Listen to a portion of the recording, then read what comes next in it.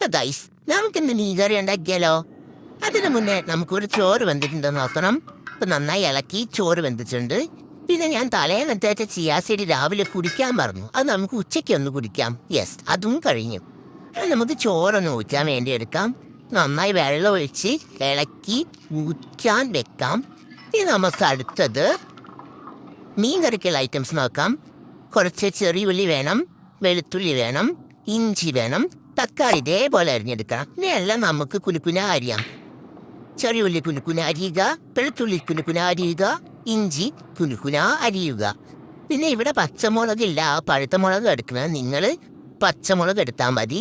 നമുക്ക് പുളി വെള്ളത്തിലിട്ട് മാറ്റി വയ്ക്കണം. നമുക്ക് ഗ്യാസ് കത്തിച്ച് ചീനച്ചട്ടി വയ്ക്കുക, അല്ലെങ്കിൽ വെളിച്ചെണ്ണ ഒഴിക്കുക, ഉലുവ ഇടുക, ചെറിയുള്ളി, ഇഞ്ചി, വെളുത്തുള്ളി എല്ലായിട്ടും നന്നായി വഴറ്റുക.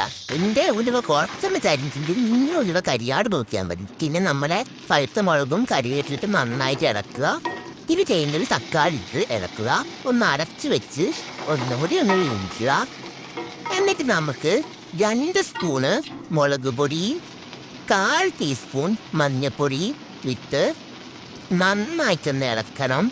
നന്നായി ഇളക്കി അത് മിക്സ് ചെയ്യണം. അതിൻ്റെ ആ പച്ചക്കുത്തൊന്ന് മാറി കിട്ടണം. പിന്നെ നമുക്ക് ഇവിടെ പൊടിയിപ്പില്ല, അതിനോട് കല്ലിപ്പിട്ട് അഡ്ജസ്റ്റ് ചെയ്യാം. പിന്നെ പുളിവെള്ളം ഇട്ടിട്ട് നന്നായിട്ടൊന്ന് ഇളക്കി തിളപ്പിച്ചെടുക്കണം. നമുക്ക് ഒരു കറിവേപ്പില ഇട്ട് നന്നായി ഒന്ന് മൂടി തിളപ്പിക്കാം.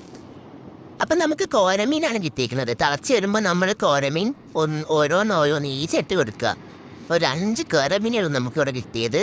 നന്നായി അത് മീൻ ഉടയാത്ത പോലെ ഒന്ന് നമുക്ക് ഇളക്കി ചേർക്കാം. തൊട്ടപ്പുറത്തെ പാനിൽ ഞാൻ നല്ല അയലഞ്ഞിറക്കി പൊരിക്കാൻ വെച്ചിട്ടുണ്ട് ഗൈസ്. അപ്പോൾ ദേ മീൻകറി റെഡി ആയിട്ടുണ്ട്. നമുക്ക് ഇളക്കി കുറച്ച് പച്ച വെളിച്ചെണ്ണ അതിൻ്റെ മുകളിൽ ഒഴിച്ച് കൊടുക്കണം.